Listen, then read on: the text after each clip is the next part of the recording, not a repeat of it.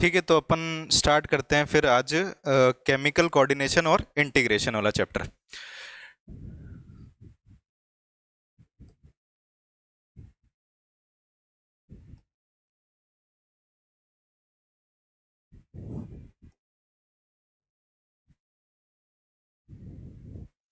अब देखो, अपन ने इसके अंदर ये पढ़ना है कि कैसे नर्वस सिस्टम और एंडोक्राइन सिस्टम जो रहता है वो कैसे साथ में काम करता है और किस तरीके से क्या करता है कि बॉडी के सारे फिजियोलॉजिकल फंक्शन को परफॉर्म करता है।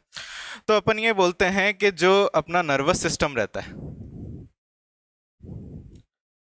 और साथ में अपना एंडोक्राइन सिस्टम रहता है। अब ये दोनों क्या रहते हैं कि आपस में, ठीक है, जॉइंट रहते हैं। और जॉइंट होने के बाद में ये क्या करते हैं, कोऑर्डिनेट तरीके से कोऑर्डिनेट करते हैं और सारे के सारे बॉडी के फिजियोलॉजिकल फंक्शन को परफॉर्म करते हैं। Perform all physiological function.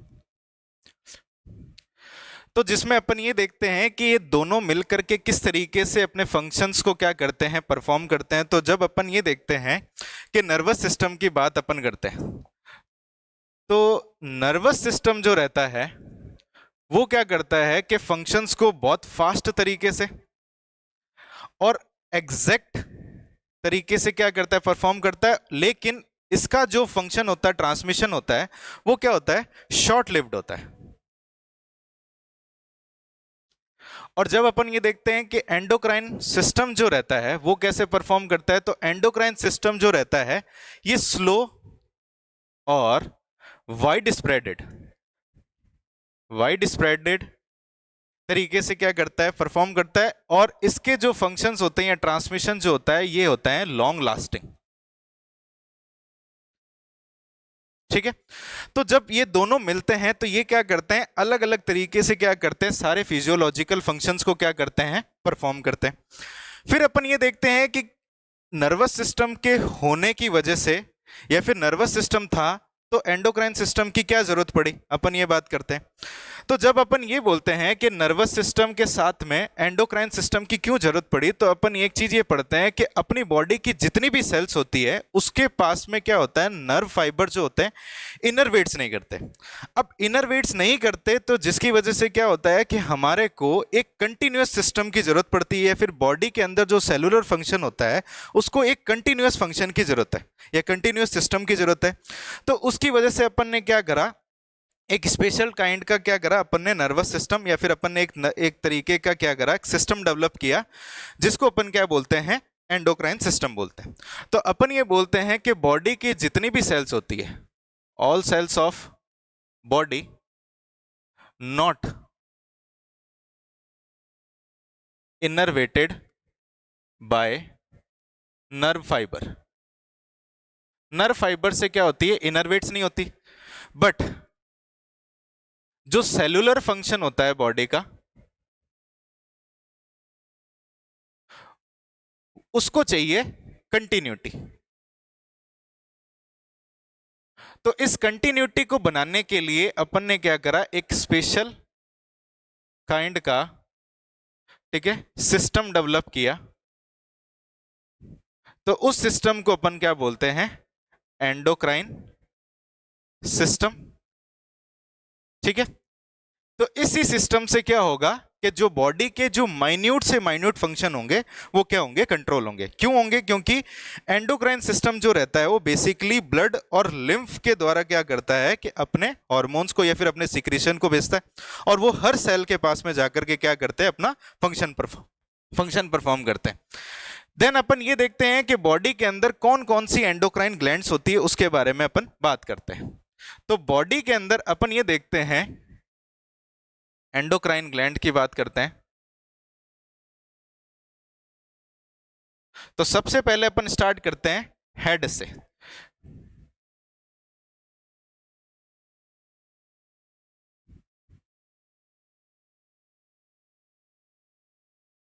तो अपने ब्रेन के पास में एक ग्लैंड होती है जिसको अपन बोलते हैं पीनियल ग्लैंड बोलते हैं, और एक ग्लैंड और होती है जिसको अपन क्या बोलते हैं, पिट्यूटरी ग्लैंड बोलते हैं। उसके बाद में नेक वाले पोर्शन पे एक ग्लैंड होती है जिसको अपन बोलते हैं थायराइड ग्लैंड बोलते हैं।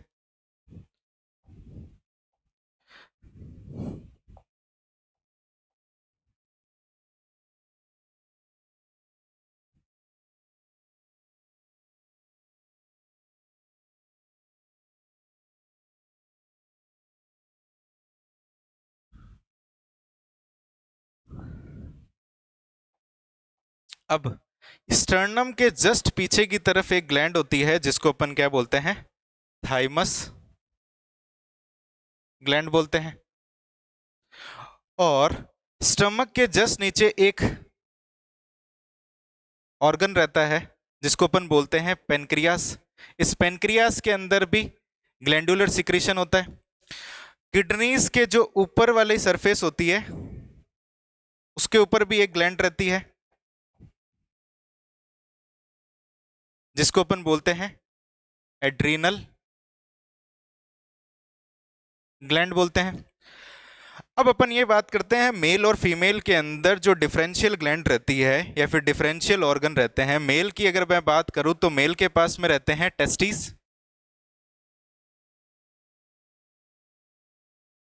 और फीमेल की बात करते हैं तो फीमेल के पास में रहते हैं ओवरीज।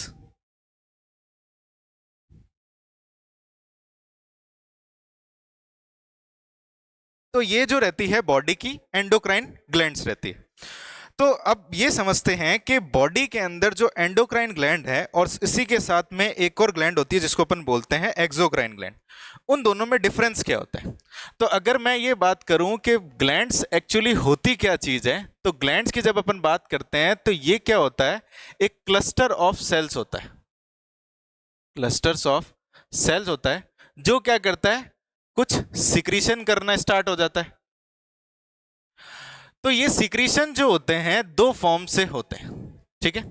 अगर मान लो कि ये सिक्रीशन बिना कोई डक्ट के हो रहे हैं या फिर जो सिक्रीशन हुआ डायरेक्टली ब्लड के अंदर चला गया, तो उस तरीके की ग्लैंड को अपन क्या बोलते हैं, एंडोक्राइन ग्लैंड। तो एक होती है इसके अंदर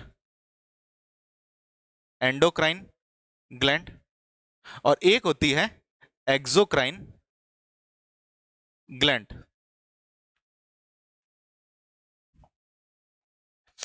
तो एंडोक्राइन ग्लैंड की बात करते हैं सबसे पहले। जैसे मान लो कि ये एक तरीके की क्या है, ग्लैंड है। इस ग्लैंड ने क्या करा, ऐसे अपना सिक्रीशन बनाया,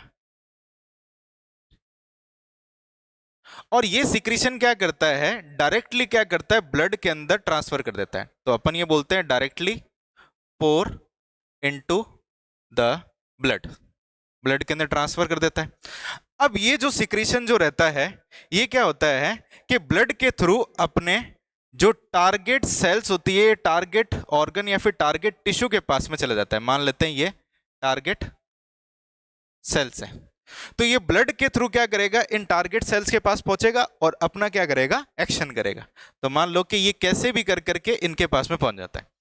अब ये चीज आती है कि इनके सिक्रीशन जो रहते हैं एक तरीके का केमिकल बेस्ड सिक्रीशन रहता है। इन सिक्रीशन को अपन बोलते हैं हॉर्मोन्स बोलते हैं, ठीक है। इतनी बात समझ में आई। देन अपन ये बात करते हैं कि एक्सोक्राइन ग्लैंड की।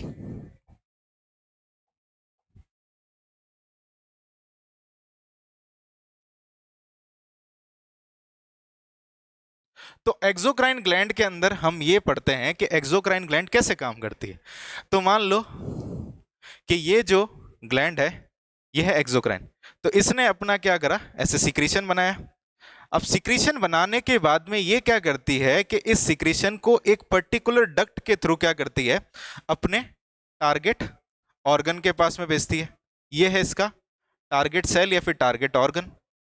तो इस तरीके के सिक्रीशन जो होते हैं डक्ट के साथ में जाते हैं। तो इस तरीके की ग्लैंड को अपन क्या बोलते हैं, डक्ट ग्लैंड भी बोलते हैं, ठीक है। और जो अपन ने ये पढ़ा था एक्सोक्राइन, इसके अंदर कोई भी डक्ट नहीं है, इसलिए अपन इसको क्या बोलते हैं, डक्ट लेस ग्लैंड बोलते हैं। ठीक है, ये चीज हो गई। तो इसको अपन क्या बोलते हैं, डक्ट ग्लैंड बोलते हैं। और इसके अंदर जो सिक्रीशन होगा वो किसके जाएगा, थ्रू। तो यहां पे जो सिक्रीशन होता है, सिक्रीशन थ्रू डक्ट। ठीक है, तो इनके जो सिक्रीशन होता है, इस सिक्रीशन को अपन क्या बोलते हैं, बेसिकली अपन इनको क्या बोलते हैं, एंजाइम्स बोलते हैं। ठीक है, और भी सिक्रीशन हो सकते हैं, तो इनके सिक्रीशन को अपन बोलते हैं एंजाइम्स। ठीक है, इतनी बात समझ में आई। तो एक्सोक्राइन और एंडोक्राइन ग्लैंड की अपन ने बात करी। अब एंडोक्राइन ग्लैंड भी क्या होती है, और डिफरेंशिएट हो जाती है। तो एंडोक्राइन ग्लैंड की और अपन क्या करते हैं, बात करते हैं। तो जैसे कि अपन ने ये पढ़ा है कि एंडोक्राइन ग्लैंड जो अपना सिक्रीशन ट्रांसफर करेगी, वो क्या करेगी, डायरेक्टली ब्लड के थ्रू करेगी। अब इस एंडोक्राइन ग्लैंड भी दो तरीके की होती है। एक होती है ऑर्गेनाइज्ड एंडोक्राइन ग्लैंड, और एक होती है नॉन ऑर्गेनाइज्ड एंडोक्राइन ग्लैंड। तो जैसे कि इसमें लिख रखा है ऑर्गेनाइज्ड। अब ऑर्गेनाइज्ड का मतलब ये रहता है कि खूब सारी सेल जो होगी क्लस्टर्स में रहेगी, और ये क्लस्टर्स ऑफ सेल क्या करती है, सिक्रीशन करती है, जैसे एक नॉर्मल एंडोक्राइन करती है। और नॉन ऑर्गेनाइज का मतलब क्या होती है, ये जो सेल्स होती है स्कैटर्ड रहती है, बिखरी हुई रहती है। तो बिखरी हुई होने की वजह से क्या होता है, अलग अलग जगह से सिक्रीशन आता है। तो इसमें क्या होता है कि क्लस्टर्स ऑफ सेल्स होती है, क्लस्टर्स ऑफ सेल्स क्या करती है, सिक्रीशन करती है अपना। तो इन सेल्स के अंदर क्या होता है कि, या फिर इस तरीके की जो ग्लैंड्स होती है, जैसे इसके एग्जांपल की बात करते हैं, पिट्यूटरी हो गया, ठीक है, थायराइड हो गया, ठीक है, और अपने अपन बात करते हैं थाइमस हो गया, एड्रिनल हो गया, एक्सेट्रा। जितने भी ये जो एंडोक्राइन ग्लैंड क्लस्टर्स के अंदर सिक्रीशन कर रही है, उनको अपन क्या बोलते हैं, ऑर्गेनाइज्ड एंडोक्राइन ग्लैंड। अब नॉन ऑर्गेनाइज में क्या रहता है, ये जो सेल्स रहती है, ये रहती है स्कैटर्ड। तो इनका सिक्रीशन भी क्या होगा, अलग अलग जगह से आएगा, यानी स्कैटर्ड फॉर्म के अंदर आएगा। जैसे कि ये जो ग्लैंड रहती है, अपन बोलते हैं हार्ट के अंदर रहती है, ठीक है, लीवर के अंदर रहती है, किडनी के अंदर रहती है, ठीक है, और GIT यानी गैस्ट्रो इंटेस्टाइनल ट्रैक्ट, इसके अंदर क्या रहती है, ये रहती है। इसको लिख लो आप।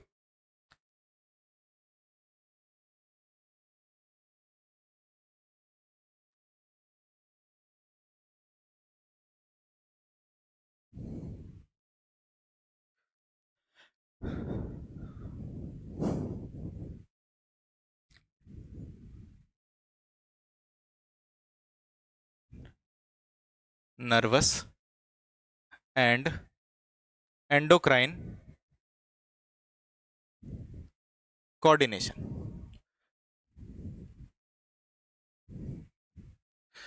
तो एक तरफ अपन लिख लेते हैं नर्वस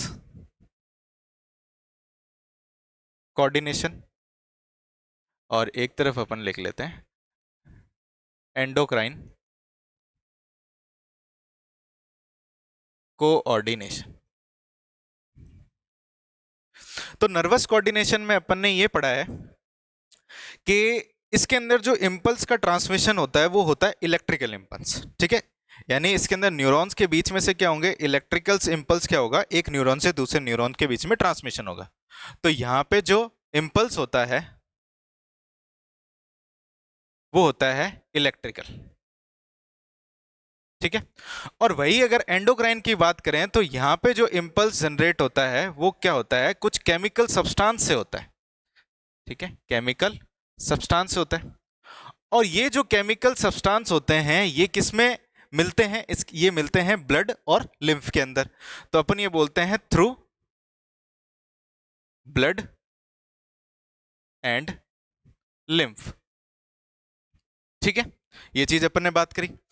देन अपन सेकंड पॉइंट ये बात करते हैं कि इनमें जो ट्रांसमिशन होता है वो बहुत फास्ट होता है, ठीक है। यहाँ पे जो ट्रांसमिशन होगा वो होगा फास्ट ट्रांसमिशन, और इसमें जो ट्रांसमिशन होता है वो होता है स्लो।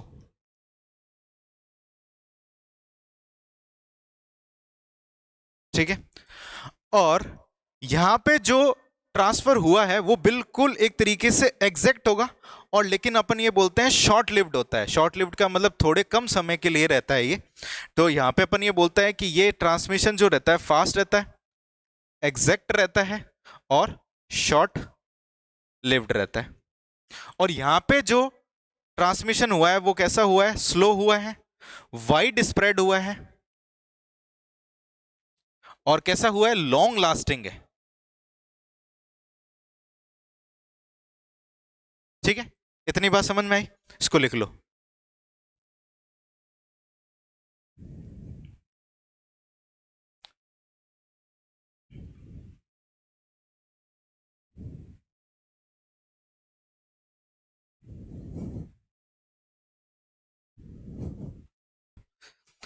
अब अपन बात करते हैं इसके अंदर हॉर्मोन्स के बारे में, कि हॉर्मोन्स क्या चीज है, किसने डिस्कवर किया, कैसे काम करते हैं, क्या प्रॉपर्टीज होती है, कितने टाइप के हॉर्मोन्स होते हैं, उसके बारे में बात करते हैं। तो देखो, हार्मोन का जो सबसे पहला ही जो नाम था, या फिर जो टर्म थी, ये सबसे पहले दी थी एक साइंटिस्ट जिसका नाम था स्टार्लिंग। तो ये जो टर्म थी, टर्म कॉइन्ड बाय स्टार्लिंग। ठीक है, अब हार्मोन होते क्या चीज है, देखो हार्मोन बेसिकली क्या है, एक तरीके से नॉन न्यूट्रिएंट केमिकल है। ठीक है, नॉन न्यूट्रिएंट केमिकल है। साथ में ये क्या करते हैं, एक्ट करते हैं, act as inter cellular messenger. यानी ये दो सेल्स के बीच में जो मैसेज पहुंचाने का काम है उसका काम करते हैं। और इसका जो सिक्रीशन होता है, या फिर ये जो रिलीज होते हैं, रिलीज इन ट्रेस अमाउंट, यानी इसका मतलब यह है कि इसको अपन बॉडी के अंदर पहचान सकते हैं कि हाँ ये हार्मोन निकला है, लेकिन ये इतनी मात्रा में नहीं निकलता, इतना अमाउंट में नहीं निकलता ताकि अपन इसको एक्सट्रैक्ट कर सके। ट्रेस अमाउंट का मतलब ये होता है कि आप इसकी जांच कर सकते हो या फिर इसको पहचान सकते हो। ठीक है, ये चीज रहता है। अब ये हार्मोन जो रहते हैं एक तरीके से प्राइमरी मैसेंजर की तरह काम करते हैं। प्राइमरी मैसेंजर, और ये केमिकल मैसेंजर की तरह काम करते हैं। यानी जो आपके जिस ग्लैंड से हार्मोन निकला है वो एक तरीके से मैसेज की तरह काम करेगा, और ये जो मैसेज होगा उस सेल के पास में जाएगा। तो यानी सबसे पहला जो मैसेज पहुंचा है सेल के पास में उस हार्मोन के लिए, हार्मोन से पहुंचा है, इसलिए अपन इसको क्या बोलते हैं, प्राइमरी मैसेंजर। और ये एक केमिकल फॉर्म के अंदर है, इसलिए इसको अपन क्या बोलते हैं, केमिकल मैसेंजर बोलते हैं। अब अपन ये देखते हैं कि हार्मोन कितनी कैटेगरी के अंदर होते हैं, किस किस टाइप के होते हैं, कौन सा नेचर होता है। तो अगर मैं ये बात करूं सबसे पहले कि हार्मोन जो होते हैं, प्रोटीनेशियस हार्मोन की अपन बात करते हैं,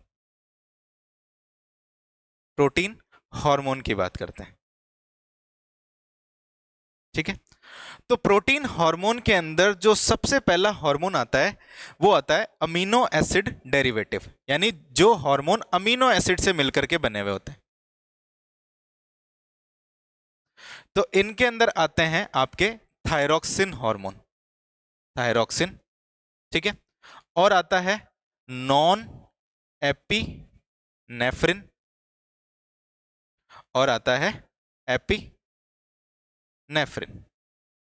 ठीक है, ये तीन हार्मोन होते हैं जो अमीनो एसिड से मिलकर के बने हुए होते हैं।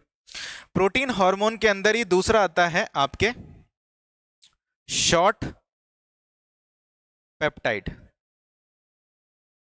यानी जिसका अमीनो एसिड का जो नंबर है वो एक लिमिटेड है, यानी छोटी चेन बनी हुई होती। पेप्टाइड जो हार्मोन होते हैं छोटी चेन बनी हुई होती, शॉर्ट पेप्टाइड। तो इसमें जो हार्मोन आते हैं वो आते हैं वैसोप्रेसिन, ऑक्सीटोसिन और MSH, जिसको अपन बोलते हैं मेलेनोसाइट स्टिमुलेटिंग हार्मोन बोलते हैं। देन इसके अंदर एक कैटेगरी और आती है जिसको अपन बोलते हैं लॉन्ग पेप्टाइड। अब लॉन्ग पेप्टाइड के अंदर जो हार्मोन आते हैं उसमें सबसे पहला हार्मोन आता है पैराथायरॉयड हार्मोन। जो पैराथायरॉयड ग्लैंड होती है उससे जो निकलते हैं वो सारे इसमें आते हैं। इंसुलिन आता है इसमें, ACTH, ठीक है, जो किडनी के एड्रिनल ग्लैंड से निकलता है, एडिनोकॉर्टिकॉइड ट्रॉफिक हार्मोन, ठीक है। और एक आता है इसमें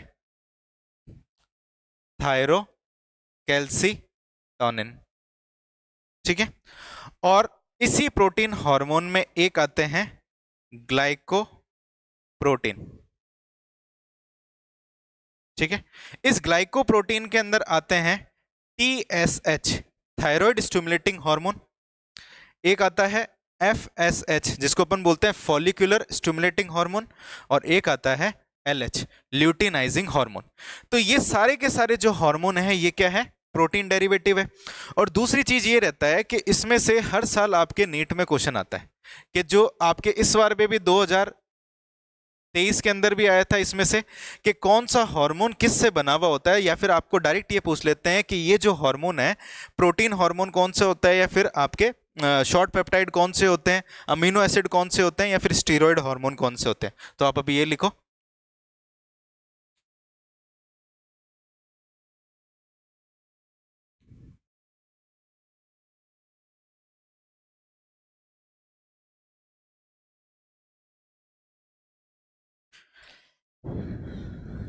दिख रहा है?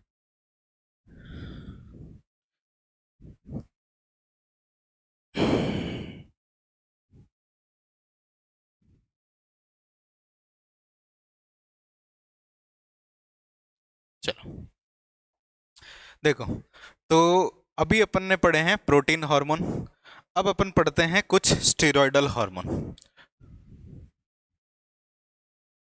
स्टेरॉयड हार्मोन्स की बात करते हैं। तो स्टेरॉयड हार्मोन के अंदर कौन कौन हार्मोन आते हैं? एक आता है मिनरेलो कॉर्टिकॉइड, एक आता है ग्लूको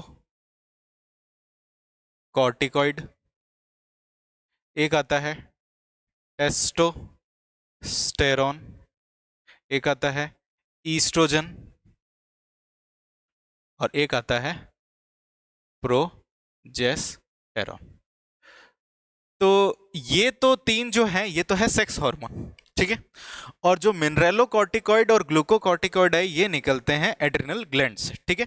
तो ये जो हार्मोन होते हैं ये स्टेरॉयडल हार्मोन होता है। इनका काम करने का तरीका थोड़ा अलग रहता है। जब अपन मैकेनिज्म ऑफ हार्मोन एक्शन पढ़ेंगे तो उस समय अपन ये देखेंगे कि स्टेरॉयडल हार्मोन और आपके एक तरीके से अपन ये बोलते हैं कि लिपिड सॉल्युबल और लिपिड इनसॉल्युबल हार्मोन जो होते हैं किस तरीके से काम करते हैं, ठीक है। अब अपन ये भी देख लेते हैं कि हार्मोन्स की प्रॉपर्टीज क्या क्या होती है। अगर मैं ये बात करूं प्रॉपर्टीज की, तो पहली प्रॉपर्टी ये होती है कि हार्मोन जो होते हैं वो छोटे सब्सटेंस होते हैं, स्मॉल स्मॉल सब्सटेंस होते हैं यानी। और दूसरी चीज ये रहता है कि इनका जो मॉलिक्यूलर वेट जो रहता है बहुत कम रहता है। तो लो मॉलिक्यूलर रेट रहता है और स्मॉल सब्सटेंस रहते हैं। तो स्मॉल स्मॉल रहते हैं और लो मॉलिक्यूलर वेट रहता है इनका, ठीक है। दूसरी चीज ये अपन ये बोलते हैं कि इनका जो रिलीज होता है ये स्मॉल क्वांटिटी में रिलीज होता है। क्यों होता है? क्योंकि ये बहुत ज्यादा रिएक्टिव होते हैं। थोड़े से केमिकल भी बहुत बड़ी रिएक्शन करवा सकते हैं, इसलिए क्या किया जाता है, इनको स्मॉल अमाउंट के अंदर रिलीज किया जाता है। तो release in small amount because they are very reactive. ये रिएक्टिव बहुत ज्यादा होते हैं इसलिए इनको स्मॉल क्वांटिटी में ही ये रिलीज करते हैं। और दूसरी चीज ये रहती है कि जो हार्मोन्स होते हैं ये बॉडी के अंदर स्टोर नहीं होते, ठीक है ना। तो do not stored in body. लेकिन इसका एक एक्सेप्शन है, एक्सेप्ट थायरोक्सिन, ठीक है। थायरोक्सिन हार्मोन जो रहता है वो बॉडी के अंदर स्टोर्ड फॉर्म के अंदर रहता है। इतना लिखो आप।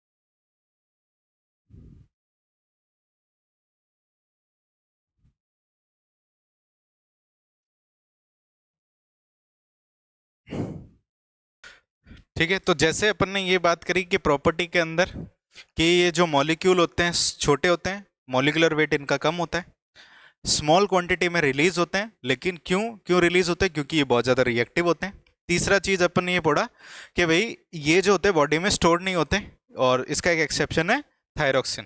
अब स्टोर नहीं होते इसका मतलब क्या हो जाता है कि ये जो हार्मोन होते हैं डिस्ट्रॉय हो जाते हैं आफ्टर यूज, तो अपन ये बोलते हैं कि डिस्ट्रॉय आफ्टर यूज।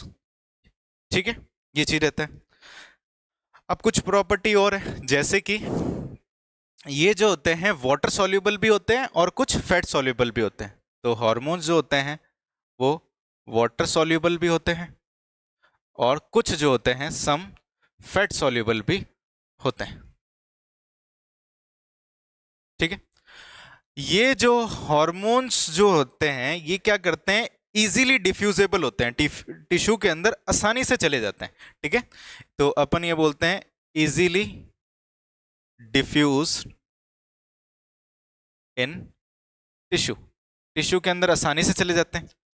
तीसरा पॉइंट कि लिवर और किडनी क्या करते हैं, इन हार्मोन को ब्लड से पहले सेपरेट करते हैं और सेपरेट करने के बाद में क्या करते हैं, इसको डिस्ट्रॉय कर देते हैं। यानी अगर मान लो कि हार्मोन्स का काम खत्म हो गया तो ब्लड में अभी मूव कर रहे हैं, तो ब्लड में मूव कर रहे हैं तो लीवर और किडनी क्या करेंगे, उस हार्मोन को पहले ब्लड से सेपरेट करेंगे और इसको क्या कर देंगे, डिस्ट्रॉय कर देंगे। तो अपन ये बोलते हैं कि liver and kidney separate hormone from blood and degenerate it and degenerate them। इसको क्या कर देते हैं, डीजनरेट कर देते हैं, और ये जो एक्सक्रीट होते हैं ये यूरिन के थ्रू क्या हो जाते हैं, एक्सक्रीट हो जाते हैं एंड एक्सक्रीट वाया यूरिन। ठीक है, इतनी बात समझ में आई।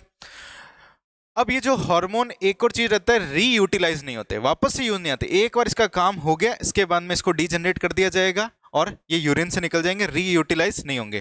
तो नॉट रीयूटिलाइज्ड। ठीक है, नेक्स्ट पॉइंट, ये जो रहते हैं हार्मोन नॉन एंटीजेनिक रहते हैं। नॉन एंटीजेनिक का मतलब क्या होता है कि कोई भी हार्मोन से एंटीजन एंटीबॉडी रिएक्शन नहीं होती। ठीक है, और नॉन स्पीसीज स्पेसिफिक होते हैं। ऐसा नहीं है कि जो आपके अंदर रिलीज हो रहा है वो मेरे अंदर रिलीज नहीं हो रहा, या फिर जो मेरे अंदर रिलीज हो रहा है आपके अंदर रिलीज नहीं हो रहा। सबके अंदर सेम टाइप के हार्मोन क्या होते हैं, रिलीज होते हैं। तो ये होते हैं नॉन एंटीजेनिक और नॉन स्पीसीज स्पेसिफिक। ठीक है, एक पॉइंट ये आता है कि हार्मोन्स जो होते हैं मेटाबॉलिक रिएक्शन में कभी पार्टिसिपेट नहीं करते, या फिर मेटाबॉलिक एक्टिविटी में डायरेक्टली पार्टिसिपेट नहीं करते।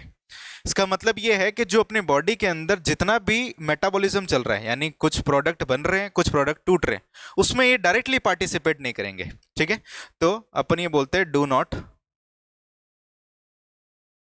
Directly participate in metabolic activity. ठीक है, लेकिन ये क्या करते हैं कि जो भी टारगेट सेल है उनकी फिजियोलॉजिकल एक्टिविटी को अफेक्ट जरूर करते हैं। कैसे करते हैं, वो अपने मैसेज को भेज करके क्या करते हैं, अफेक्ट करते हैं। ठीक है ना, but it affects physiological and biochemical changes, biochemical changes in target cells. ठीक है, इसको लिख लो।